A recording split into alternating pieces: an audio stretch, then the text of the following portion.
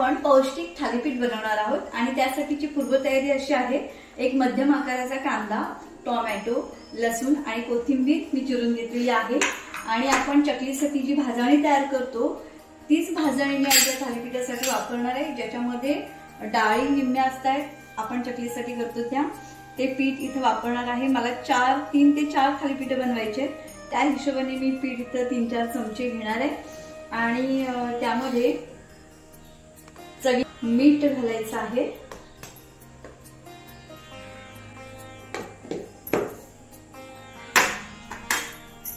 थोडीशी हळद टाकूया, जी रोगप्रतिकारशक्ती वाढवते। ती हळद टाकली, तिखट हळद टाकलेली आहे आणि आता तिखट टाकते। मला फार तिखट करायचं नाहीये, त्यामुळे मी हे छोटे छोटे 2-2.5 चमचे तिखट टाकते आणि जरासा गरम मसाला टाकते। हा एव्हरेस्टचा गरम मसाला आहे, तो गरम मसाला थोडासा याच्यामध्ये टाकते आणि चवीप्रमाणे मीठ टाकायचे आपल्याला। त्याच्यासाठी चवीप्रमाणे मीठ टाकते। रॉक सॉल्टचा वापर मी बऱ्यापैकी जेवणामध्ये करत असते, त्यामुळे रॉक सॉल्ट इथे चवीप्रमाणे आपण टाकून घेतलेलं आहे आणि मग हे सगळं एकत्र आपल्याला करायचे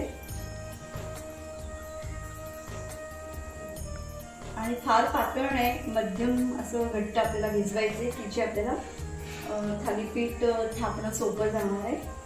ते पाणी टाकून आपण मध्यम मीडियम असे भिजवून घेणार आहोत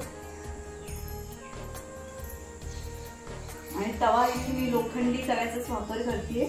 नॉनस्टिक वगैरे आपल्या आरोग्यासाठी चांगलं नसतंय, त्यामुळे लोखंडी तव्याचा वापर आपल्या जेवण करताना आपण केलेला चांगला असतो। यावरती मी व्हिडिओ करणार आहे नंतर, आपण स्वयंपाकासाठी कशी भांडी वापरायची या संदर्भात।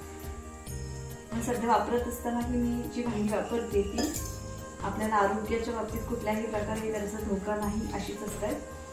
आता मी लोखंडी तवा हा इथं मध्यम गॅसवरती तापायला ठेवलेला आहे। आता हे पीठ असं भिजवून झालंय माझं।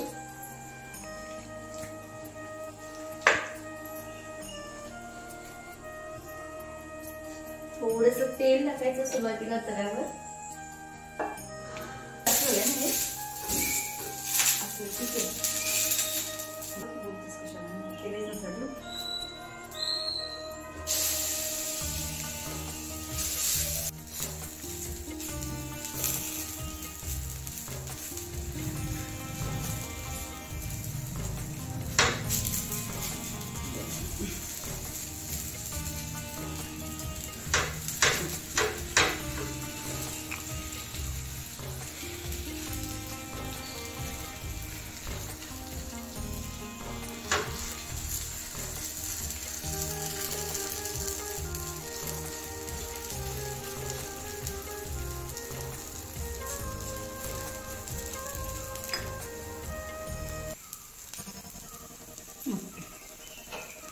आता हे आपण जरा वाफेवर ठेवूया।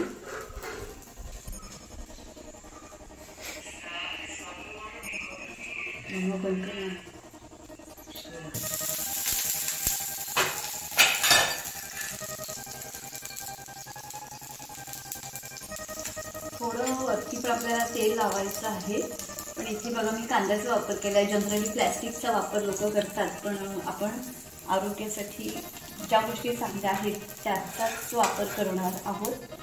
आता हे थालीपीठ दोन्ही बाजूनी व्यवस्थित शेकवून घेऊया। तर हे गरमागरम थालीपीठ आणि ताजं लोणी, अतिशय आरोग्याला असा हा चांगला पौष्टिक नाश्ता तयार झालेला आहे। उरलेली थालीपीठ पण मी अशीच करून घेणार आहे।